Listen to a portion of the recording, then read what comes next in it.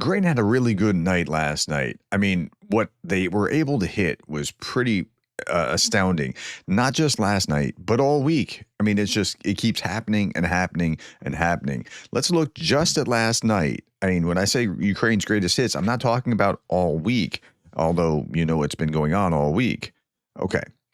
Russians' Apivsky oil refinery was targeted early morning today by Ukrainian drone strike. The design capacity for oil refining is 7 million tons per year. And I'll explain what 7 million tons per year actually means in percentage of total oil revenue or oil capacity in just a moment. The oil refinery in Krasnodar region, Russia once again burning and like, I'm not sure how they're not defending it. I mean, they have to know that that's a target. Ukraine's drones attacked this refinery in Kuban overnight as well. There's the Apivsky, oil refinery accounts for 2.1% of Russia's annual oil processing. That's not nothing. I mean, when you hit things like this repeatedly, it's going to take a toll over time. Russian Telegram channels report this drone attack. There is also reports of fire at a military unit in Slavyansk na Kubani, Krasnodar region of Russia, as I was just talking about. A fire broke out at the military unit 61661 in Slavyansk na Kubani overnight, likely due to the Ukrainian drones. And here you see the plume right here. A map of Russian oil refineries recently targeted following a renewed wave of Ukrainian strikes. I don't think we've seen this much activity since late 2024, before the election. Okay. Ukraine continues to make quick work of Russia's rail logistics networks last night, hitting more hubs in the Volgograd region. And then Russia's railway logistics continue to burn, with Volgograd being the latest victim of Ukraine's drone swarms. So, yeah. And then we see this Ukrainian Storm Shadow cruise missile strikes reported in occupied Crimea. Targets may have been Russian military radars. And it seems like that's the case, that they were going after radars. Here's the video of a drone coming in, and you see there's a burst over on the left, and then one on the right, and then one on the left, as the drone is trying to evade interception. 5 times it evaded this on its way to try to destroy a Panzer S-1 air defense system. We know it was going, so it evaded attempts by a Panzer S-1 air defense system on its way to destroy its targets. And yeah, pretty amazing.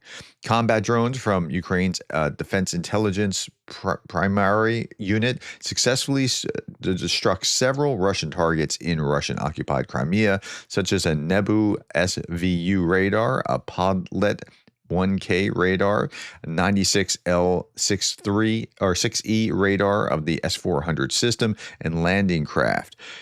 It was a good night for Ukraine. Like, they hit a lot of things. And now, how are they doing this? Well, part of this is that they've integrated their battlefield management system in a more efficient way. The Ukraine's Delta battlefield management system, the tech used to defend Kyiv and sink Russia's Black Sea fleet, is now going army-wide. Now features AI, runs on phones, links drone ops, and hits 2,000 plus targets daily. And it's pretty impressive what they've been able to do. So all in all, Ukraine launched 82 drones overnight, striking refineries, military units, rail hubs across Russia.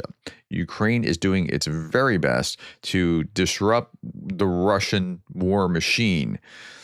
Unlike the strikes that we normally see from Russia, and I'm not going to get into a lot of this, there wasn't a lot. The news was so heavy on Trump, Witkoff, Putin, Zelensky's reaction to everything that happened yesterday, that you really didn't see a lot about what was being hit by Russia. Ukraine's air defense shot down or suppressed 89 Shahed drones and other UAVs last night out of 112 launched. So 112 is a little bit below average, but it's not below average enough where I'm like concerned about it. Okay, let's look at the battlefield. 1,040 Russians off the battlefield, 4 tanks, 4 armored fighting vehicles, 47 artillery systems, 130 vehicles and fuel tanks day over day. So casualties are above the 7-day average, but engagements stayed below. And you can see that reflected in like the high numbers of 1,000 plus, but then Pokrovsk direction, there were only 30 assaults. And you know that Pokrovsk is what they're really after. They're after Pokrovsk more than anything else. Did they want Konstantinivka? Sure. Did they want Kupiansk? Sure. Here, Russian forces likely advanced to the western outskirts of Kupiansk and secured positions from which they can threaten Ukrainian ground lines of communication into the town. Russian forces are likely to use advances in these areas to support the envelopment of Kupiansk and pursue further advances west and northwest of Kupiansk. So they're trying to wrap around, and they're gaining ground slowly, but we'll see how that all plays out. Russia's also pushing toward Kherson again. Okay, so that makes sense of the bridge attack the other day. Well, multiple bridge attacks. Russia has renewed its offensive in the Kherson front. According to CNN, the goal is to split the city into two by destroying the bridge that connects the mainland to the island district of RUBBLE. Over the weekend, a series of strikes damaged the bridge, prompting the evacuation of 1,800 civilians. CNN suggested Moscow may be preparing for a renewed attempt to retake Kherson. That's going to be really costly for the Russians. Can they do it? Perhaps, if they really prioritize it. But my sense is that they aren't going to prioritize it. They want to part of what the problem is with Russia is that they want to do too many things simultaneously. What you have to do is really focus like a laser. You have to concentrate your forces in a particular place. And it looked like they were going to do that with Pokrovsk, and they were doing that successfully with Pokrovsk until yesterday, last year, when the invasion into Russia proper, into Kursk, took over, and then they had to reprioritize that. So if they wanted to take Kherson, they probably could, but they'd have to abandon a lot of other places on the field that they're prioritizing. Okay, let's get back to this. Night shift by Nemesis operators from the 412th Regiment of Ukraine's uncrewed systems forces took out a tank, a howitzer, a truck of enemy troops, surveillance systems, and you can see this. I'm just going to show you. I paused it right here, and I just want to show you like the guys running. Like this is from a drone's perspective as the guys are running out of the truck. Look at this. Yep, they're getting out of there, right? And that truck's not long for this world. Okay, footage from a Ukrainian Fulcrum launched French AASM Hammer guided bomb dropping on the roof of a Russian-held building in Zaporizhia.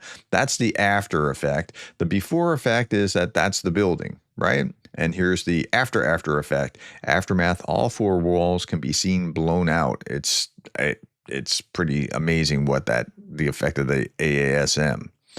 Okay, Russian Grad MLRS was destroyed after hitting a PTM-2 anti-tank mines that were remotely dropped by Ukrainian FPV drones. So the drone flew in, dropped the mine just in front of its path, and there it goes. Okay, frontline report, Ukraine deploys RPG firing drones to crush Russian flank attempt near Toretsk. A Ukrainian operator spotted the Russian soldiers, fired a grenade launcher round from his drone.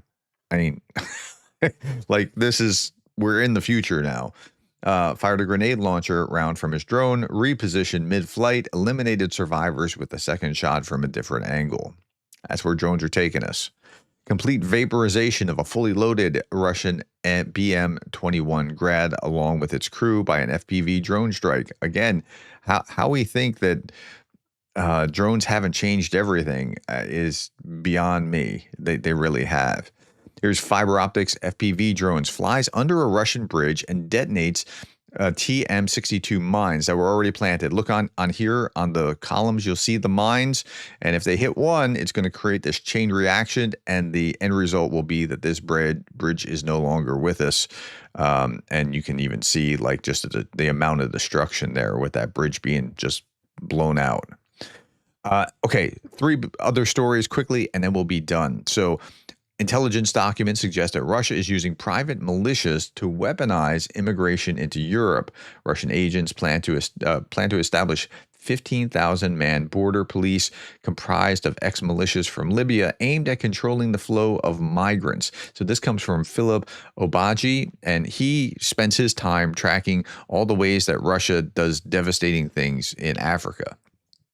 U.S. soldier was arrested in Texas for trying to leak Abrams tank data to Russia. The U.S. Department of Justice has announced the arrest of an American serviceman suspected of attempting to pass classified information about Abrams tanks to Russia.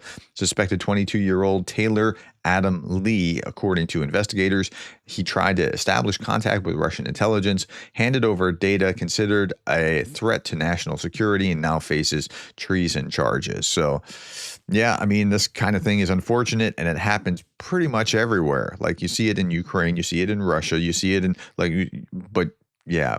And we've seen, this is not the first time that something like this has happened here, even since the war began.